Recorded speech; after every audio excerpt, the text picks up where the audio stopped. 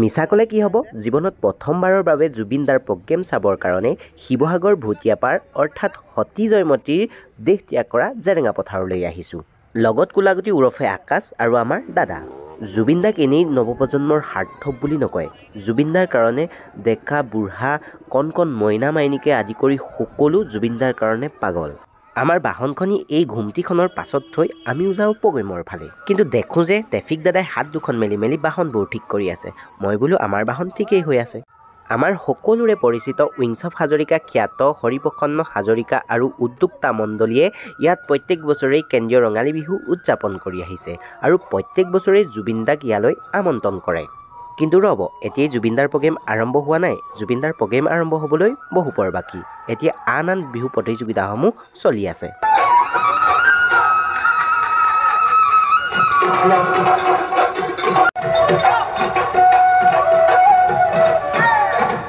জুবিনদা অহাৰ আগতেই মানুহৰ ভিৰে মোক মাথাত ধৰিছে। সেয়েহে বোলো মই জুবিনদা অহাৰ আগতেই আগত বহি লওঁ, নহ'লে আপোনালোকক জুবিনদাৰ গীতসমূহ দেখাব নোৱাৰিম। যেনে তেনে ক'ৰবাৰ পৰা চকী এখন আনি ইহঁত দুটাৰ ওচৰতে বহিলোঁ। ইহঁত দুটাই আকৌ কৈছে আমি বোলে অলপ লাজ কৰি দেখাম, আপুনি আমাক ভিডিঅ'ত উঠাব। এইটো আকৌ এটা হুঁচৰি দলৰ ধুনীয়া ধুনীয়া নাচনি। এওঁলোকে বহি আছে আৰু এওঁলোকে ধুনীয়াকৈ নাচি আছে। পেণ্ডেলৰ ভিতৰত মানুহৰ ভিৰ দেখিছেনে? বহু পৰ ধৰি সকলো মানুহে জুবিনদাক চাবৰ কাৰণে ৰখি আছে। এইটো আকৌ এটা জেং বিহুৰ দল। তেওঁলোকে তেওঁলোকৰ বিহু সুন্দৰকৈ পৰিৱেশন কৰি গৈছে আৰু এনেদৰে বহুতো প্ৰতিযোগীয়ে তেওঁলোকৰ বিহুসমূহ পৰিৱেশন কৰি গৈছে। কিন্তু আপোনালোকক মই এটা এনেধৰণৰ হুঁচৰি দল দেখাবলৈ গৈছোঁ, যিটো হুঁচৰি দলৰ প্ৰত্যেকজন বিহুৱাই এগৰাকী মহিলা আৰু তেওঁলোকে ইমান সুন্দৰকৈ হুঁচৰি পৰিৱেশন কৰিছে। আপোনালোকে যদি দেখে আপোনালোকেও আচৰিত নহয় নোৱাৰিব।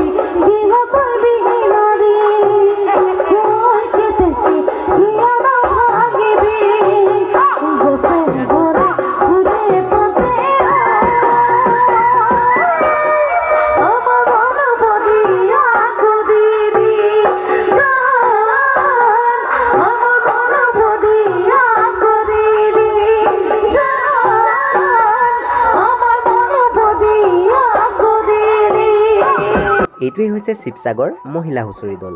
পুৰুষৰ লগত সমানে সমানে ফেৰ মাৰি ইমান সুন্দৰকৈ এযোৰা বিহু পৰিৱেশন কৰিছে, দেখিলেই মনটো ভাল লাগে। আৰু এইসকল মহিলা সমাজৰ কাৰণে এক আদৰ্শ হৈ পৰিছে যে মহিলাই বিচাৰিলে পুৰুষৰ লগত সমানে সমানে ফেৰ মাৰিব পাৰে।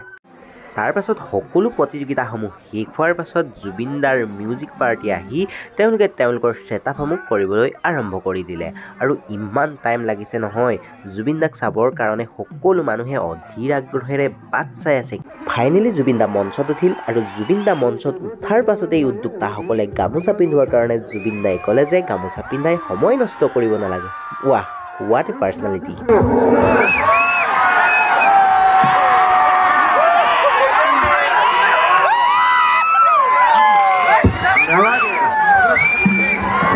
এইবিলাক কৰি থাকোঁতে বহুত সময় যায় মানে।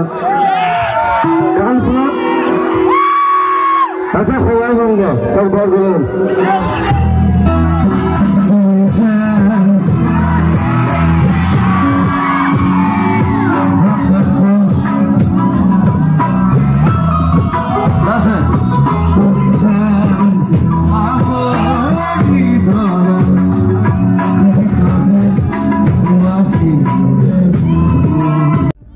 জুবিনদাৰ প্ৰগ্ৰেম বাৰু আপোনালোকক দেখাই থাকিম, কিন্তু আগলৈ আহি এইকেইটা বক্সৰ ওচৰত বহি মই আজি হাৰ্ট এটেক হৈ মৰিম নেকি তাকে ভাবি পোৱা নাই, কিয়নো এইকেইটা বক্সে ইমানেই বেছ দিছে, ইমানেই চাউণ্ড দিছে, গোটেই বুকু থপথপনি উঠি গৈছে।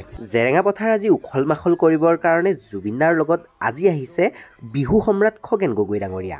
খগেন গগৈ ডাঙৰীয়াই আজি ধেমালিৰ চলেৰে জুবিনদাক এটা নতুন উপাধি দি বিভূষিত কৰিলে, সুৰাকণ্ঠ উপাধি। আৰু এনেদৰে তেওঁলোকে তেওঁলোকৰ খুহুতীয়া কথা আৰু সুমধুৰ গীতেৰে হাজাৰ হাজাৰ দৰ্শকক মুহিবলৈ সক্ষম হ'ল। তই ক'লে নহ'বতো, মই ক'ব লাগিব, হয় নহয়? ঠিক আছে, জুবিন গাৰ্গ ইয়াৰ যিটো কণ্ঠ, ইয়াৰ পিছত মই যদি গাওঁ মানুহে হয়তো মোক শিলগুটি দলিয়াই দিবও পাৰে, ঠিক নাই। হ'লেও এইটো মোৰ এটা হৃদয়ৰ ভাই, ই সদায় কৈ থাকে মই ইয়াক বিহু শিকাওঁ বুলি। সঁচাও নহয় মিছাও নহয়, কিন্তু শিকোৱাটো সঁচা, হয় নহয়? শিকাটো শিকিব লাগিব। আৰু এটা কথা নহয়, তোক এই বছৰ একেবাৰে সকলোৱে তোক হেৰিয়ে দি আছেচোন, বঁটা। কি কণ্ঠ, কি সূৰ্য কণ্ঠ, তাৰপিছত সাগৰ কণ্ঠ, এইবাৰ চব দিছে নহয়, ইয়াক হয় নহয়? দিছে নাই ইয়াক? কিন্তু মোৰ ফালৰ পৰা এটা আজি দি দিম মই। সেইটো বেলেগ কথা। আৰু লবি নে নলবি? মই এটা তোক উপাধি দিম আজি। মই আপোনাকে লৈ যাম দাঙি পেলাই এনেকে। আচলতে আমি দুইটা, মই যদিও ইয়াক আজি এটা কণ্ঠ দিছোঁ, সুৰা কণ্ঠ। হ'ব, থেংক ইউ। এইটো আমাৰ ধেমালি দেই।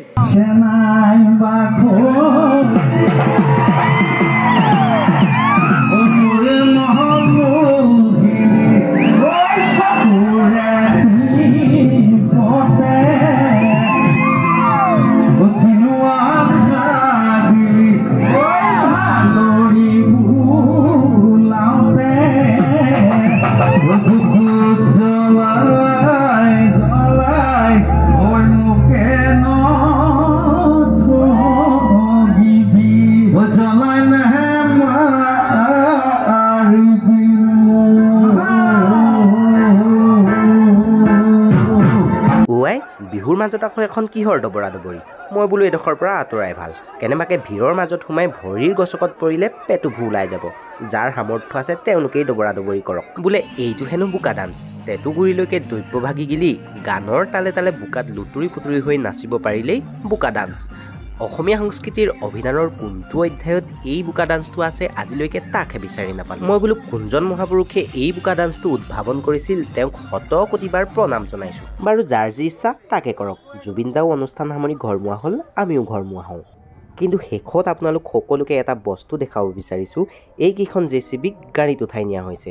ইয়াৰ পৰা আমি এটা শিক্ষা ল'ব পাৰোঁ যে যিমান শক্তিশালী বা যিমান সামৰ্থ্যৱান হ'লেও কেতিয়াবা সেই সামৰ্থ্যৱান বা সেই শক্তিশালীজনক নিজতকৈ কম সামৰ্থ্যৱান বা নিজতকৈ সৰুজনৰ প্ৰয়োজন হ'ব পাৰে।